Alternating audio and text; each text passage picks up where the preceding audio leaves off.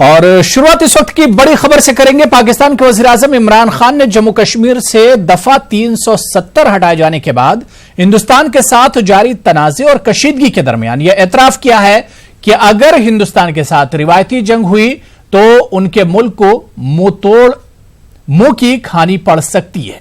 इमरान खान ने एक गैर मुल्की न्यूज चैनल को दिए इंटरव्यू में कहा कि अगर पाकिस्तान ने हिंदुस्तान के साथ रिवायती जंग लड़ी और वो हारने लगा तब उसके पास दो ही ऑप्शंस बचेंगे, या तो वो हथियार डाल दे या फिर आखिरी दम तक आजादी की लड़ाई लड़े। उन्होंने कहा कि उन्हें मालूम है कि पाकिस्तानी अपनी आजादी की जंग आखिरी सांस तक लड़ेंगे। ऐसे में जब न्यूक्लियाई हथियारों से लैस दो ममालिक लड़ेंगे तो उसके अपने नताइज होंगे। और चलिए इस खबर पर और बात करेंगे। मेरे साथ नुमाइंदे शैलेंद्र वांगू इस वक्त फोन लाइन पर जुड़े हुए हैं।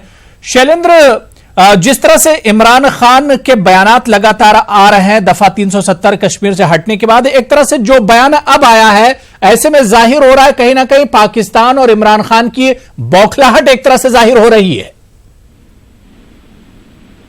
जाहिर तौर पर जब से भारत ने एक बड़ा कदम उठाया है कश्मीर की इंटीग्रेशन को लेकर, उसके बाद लगातार पाकिस्तान के प्रधानमंत्री इमरान खान इस तरह के बयान दे रहे हैं। तमाम इंटरव्यूज में भी हमने पिछले दिनों देखा कि कभी वो रूस के टीवी के इंटरव्यू में अमेरिका के खिलाफ बयान देते हैं और कभी वो मुजफ्फराबाद जाकर भारत के खिलाफ जहर उगलते हैं।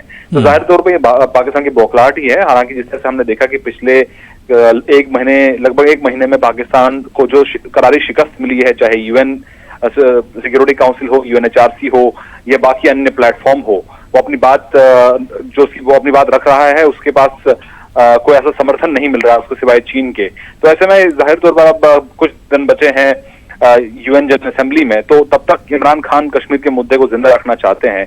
इसलिए वो हर शुक्रवार को इस तरह के प्रोग्राम्स कर रहे हैं और एक कश्मीर मुद्दे को उठाने की कोशिश कर रहे हैं। हालांकि इस पूरे मुद्दे पर उसको दुनिया भर में कहीं से सपोर्ट नहीं मिल रहा है। बिल्कुल शैलेंद्र, यानी ये एक सोची समझी चाल भी पाकिस्तान की, बल्कि यूं कहा जाए कि पाकिस्तान का एक प्रोपेगेंडा है जिसे हिंदुस्तान को भी एक तरह से होशियार रहना चाहिए। जाहिर तौर पर हमने ये देखा कि किस तरह से जब भी पाकिस्तान की तरफ से मुद्दा उठाने की कोशिश की गई तो भारत की तरफ से करारा जवाब ही मिला है, चाहे वो यूएनएचआरसी हो, यूएन सिक्योरिटी काउंसिल हो। तो भारत की तैयारी पूरी है। और अब हमने ये भी देखा है कि भारत ने किस तरह से तैयारी की थी यूएनएचआरसी में, जो पाकिस्तान में हमारे पूर्व जो उच्चायुक्त थे अजय बिसारिया, वो भी टीम को लीड कर रहे थे यूएनएचआरसी में। तो जाहिर तौर पर भारत की तैयारी पूरी। अब देखना ये होगा कि जब जल्द ही 27 सितंबर को जब पाकिस्तान के प्रधानमंत्री इमरान खान यूएन जीएम को संबोधित करेंगे और उसी दिन प्रधानमंत्री मोदी का भी संबोधन वहां पर होगा, तो वो देखना काफी दिलचस्प रहेगा। हालांकि पाकिस्तान हर बार की तरह इस बार भी कश्मीर मुद्दा उठाएगा और भारत ये साफ कर चुका है कि अब अगर किसी भी मुद्दे पे बात होगी तो सिर्फ पीओके को लेकर बात होगी। और इसके लिए भी जरूरी है कि पाकिस्तान सही कदम उठाए और आतंकवाद और टेररिज्म से मुक्त माहौल बनाने की जरूरत है।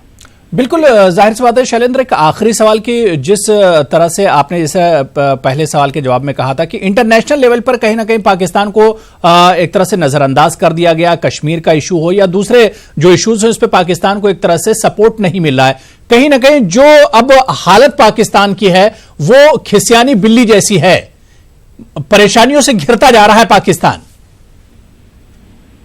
देखिए, यही जो परेशानियां हैं पाकिस्तान के लिए आगे और बढ़ के मुसीबत बनेंगी। हमने देखा है कि भले ही इमरान खान को इंटरनेशनल लेवल पर कोई सपोर्ट नहीं मिल रहा हो, लेकिन अंदरूनी दबाव, चाहे रेडिकल एलिमेंट्स की बात करें या पाकिस्तानी आर्मी की बात करें, तो ये मजबूरी है इमरान खान की कि वो इस मुद्दे पर लगातार अपनी आवाज उठाएं। हालांकि उनको ये भी पता है कि उनकी कहीं कोई सुनवाई नहीं हो रही है।